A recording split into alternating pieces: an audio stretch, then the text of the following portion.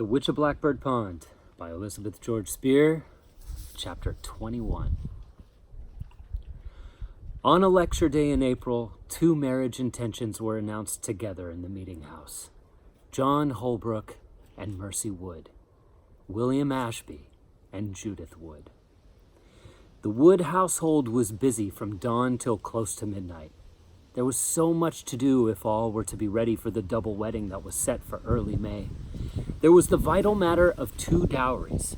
Judith had been carefully hoarding a small store of linen since childhood, adding 1 cherished bit from time to time, and her loom and needle had worked busily. But Mercy had never given a thought to a dowry.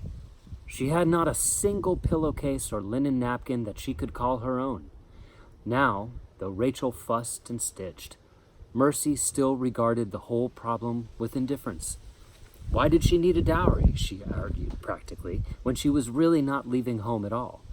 She and John had already decided that for the first year at least, they had best share the Woods' ample house. The company room was being readied with fresh whitewash and new linen curtains. John had resumed his studies with Dr. Bulkley.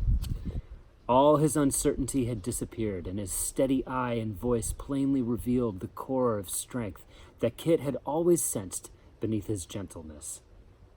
In the days of his captivity, of which he never spoke, in the waiting for a chance to escape, and in the weary hunted trail down the Connecticut River, John had found his answers. Dr. Bulkley is everything I thought him to be, a great scholar and a great gentleman, he explained. In politics, he is obeying his own conscience, but I think he is mistaken. We have come to an understanding. He will teach me theology and medicine, but I will think as I please. By June, he would be ready to accept a call to one of the small parishes springing up to the south and west of Wethersfield. William's house on Broad Street was nearly finished. Piece by piece, he was assembling the costly treasures for its furnishing. Fine hand-turned bedsteads, and chests, and chairs from the skilled Wethersfield joiner, Peter Blinn, glossy pewter plates, and a set of silver spoons from Boston, real china bowls of blue and white Delft from Holland. Judith knew where every piece would go in the new house and how to care for each lovely thing to keep it shining.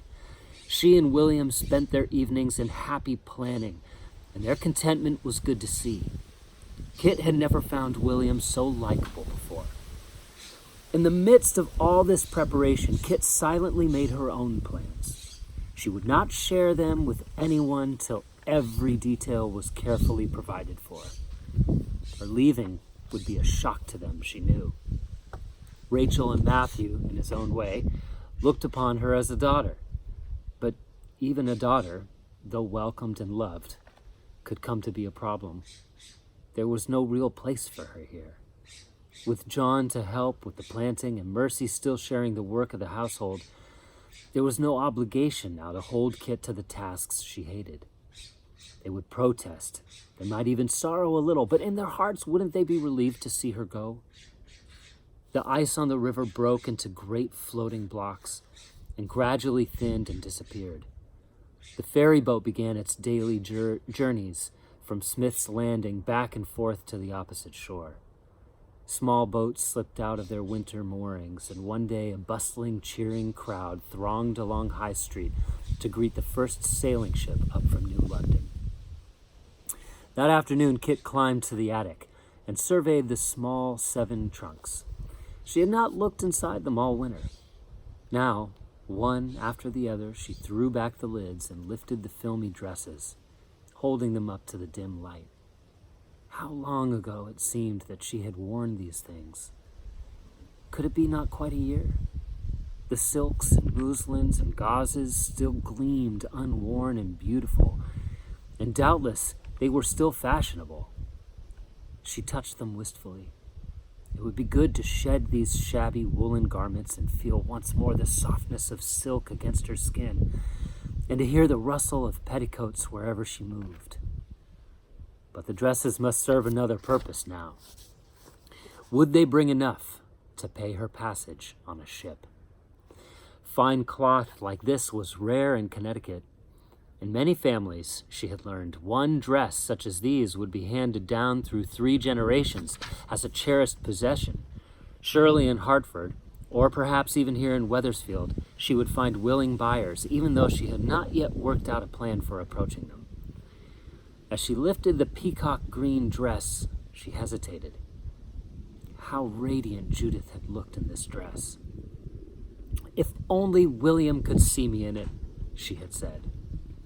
She laid aside the dress, and very thoughtfully she chose another, a fine blue-flowered muslin. These two she would take directly to Uncle Matthew, and this time she felt sure he would let his daughters accept them, because he would know now that she had offered the gifts with love instead of pride. All Kit's plans now turned to Barbados.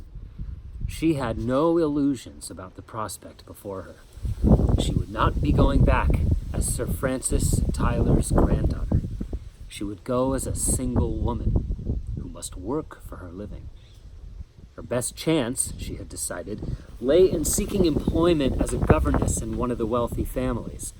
She liked teaching children, and hopefully there might be a library where she could extend her own learning as well as that of her charges. Whatever befell, there would be a blue sky overhead, and the warmth and color and fragrance and beauty that her heart craved. One day in mid-April, she walked alone down South Road. She could not go far, for the river was still very high from the melting snows. It had overflowed so that the fringe of the poplar trees on its banks stood deep in water, and the cornfields were transformed into endless lakes.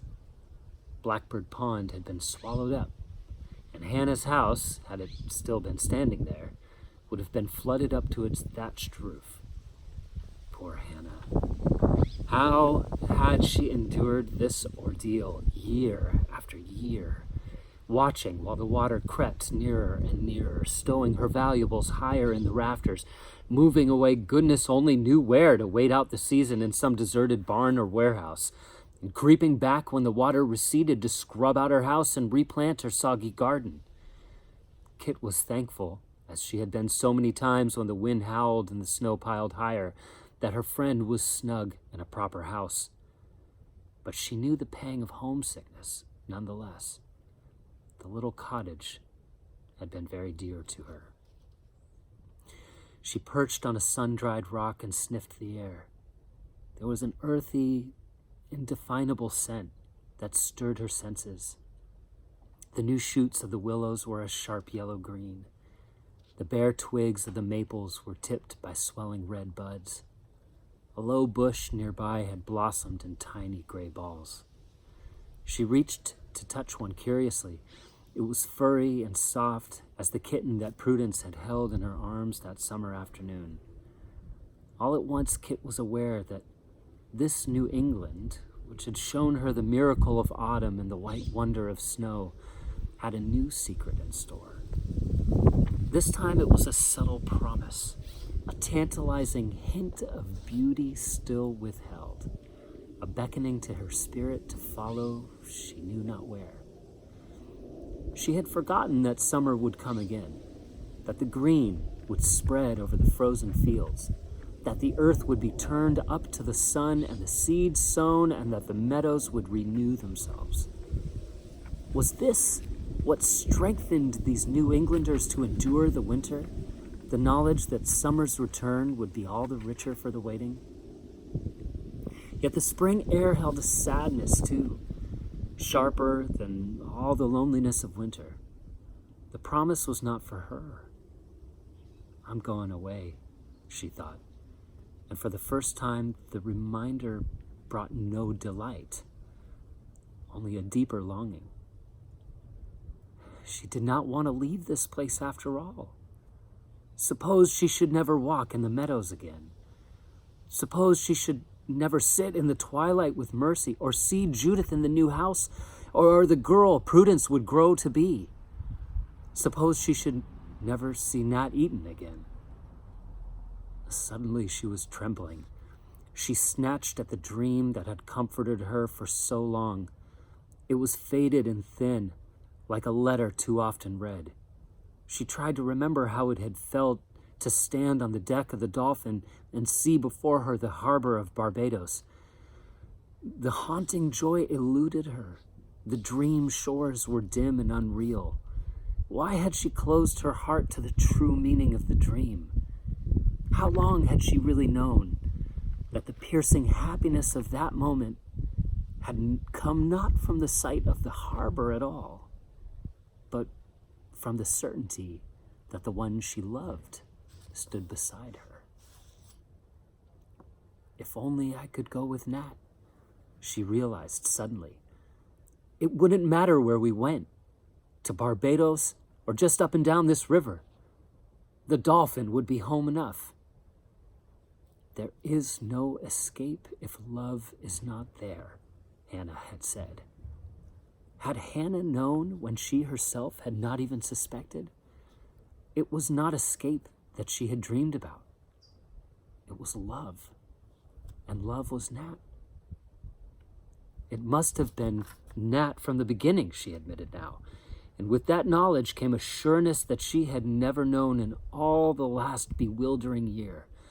Memories of Nat came crowding back to her, agile and sure-footed, as she had first known him, leaning far out on a yardarm to grasp a billowing sail, throwing back his head in laughter, or shooting hot sparks of temper, sitting on a thatched roof in the sunshine, coming miraculously out of the fog that morning, bending tenderly to lift a frightened old woman into the rowboat. And as she had seen him last, standing erect by the door of the magistrate's office, sending across the anger and confusion a steady reassurance and strength. Nat is New England too, she thought, like John Holbrook and Uncle Matthew. Why have I never seen that he is one of them? Under that offhand way of his, there is the same rock. Hannah has leaned on it for years, and I refuse to see. Was it too late? He asked me to go, she reminded herself. But what did he mean? Only that he could never bear to see anyone in trouble? And he came back. He risked the whipping post to come back and help me. But he took the same risk to rescue a yellow cat. After a long time, Kit started slowly home. The sun slanted low in the sky, and behind her there began a sweet, disturbing melody. Peepers, Judith had said, the little frogs that lived in the swamp. And why should the sound of them tear at her heart? Too late? Too late? They queried, over and over, and she fled along the road to the house where she could shut herself away from them. From that moment in the meadow, Kit ceased to plan at all. She only waited. Somehow she found a way to meet every trading ship that came up the river. How beautiful these proud little sailing ships were. She never glimpsed their spreading sails without an answering surge of her spirits. Yet every new mast that rounded the bend of the river brought at the same time a fresh plunge of disappointment. Always she waited, her eyes straining to make out the figure on the prow, and always at the sight of those strange, glistening white figureheads, her heart sank.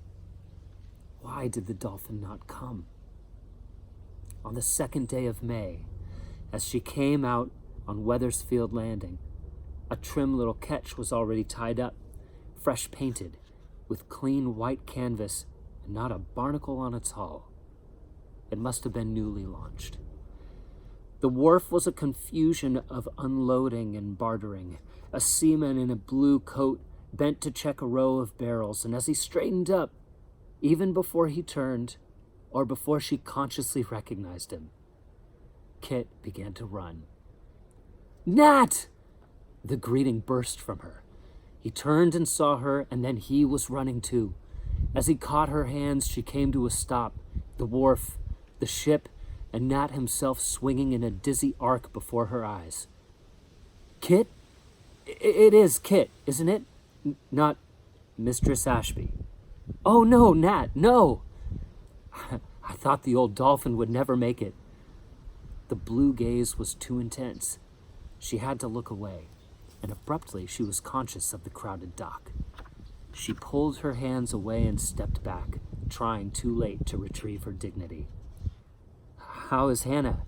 she stammered. "Chipper as a sandpiper. She and Gran have been fine company for each other." "And the dolphin? Did something happen to her?" "Just a heavy blow. She's hove down for repairs at the yard." "What do you think of the new catch?" "She's lovely." Then something in his tone made her look at him more sharply. The blue coat with the brass buttons was brand new, and pride sparkled over Nat like the shiny paint on the new vessel. "Nat, you can't mean she's yours?" "All but a few payments. By the end of a good summer's trade, she'll be every inch mine from stem to stern." "I can't believe it. She's beautiful, Nat. Even more beautiful than the dolphin." "Have you noticed her name?" Kit leaned sideways to see the letters painted jauntily on the transom. "The witch! How did you dare? Does Hannah know?" "Oh, she's not named after Hannah. I hadn't gone 10 miles down the river that day before I knew I left the real witch behind." She did not dare to look up at him. "Can I see her, Nat?" she asked instead. "Will you take me on board?" "No, not yet." His voice was full of decision. "I want to see your uncle first." "Kit," his words came in an unpremeditated rush, "will he think it is enough, the new catch? There'll be a house someday in Saybrook, or here in Weathersfield if you like. I've thought of nothing else all winter. In November, we'll sail south to the Indies. In the summer, Hannah and I will have a garden." "Kit," he glanced ruefully about the busy wharf. "Oh, of all the places to choose, I didn't plan it like this. Aren't you going to invite me home with you?" Happiness brimmed over into shaky laughter. "Captain Eaton, we'd be proud to have you dine with us." "Then must we stay here any longer?" She took the arm he offered, but still she lingered, looking back. "I want to see the catch. Please, Nat, before we go. I can't wait any longer to see my namesake." "No," he said again, leading her firmly toward the road. "That catch has a mind of her own. She's contrary as a very witch herself. All the way up the river, she's been holding back somehow, waiting. Now you'll both have to wait. I'm not going to disappoint her, Kit. When I take you on board the witch, it's going to be for keeps." The end.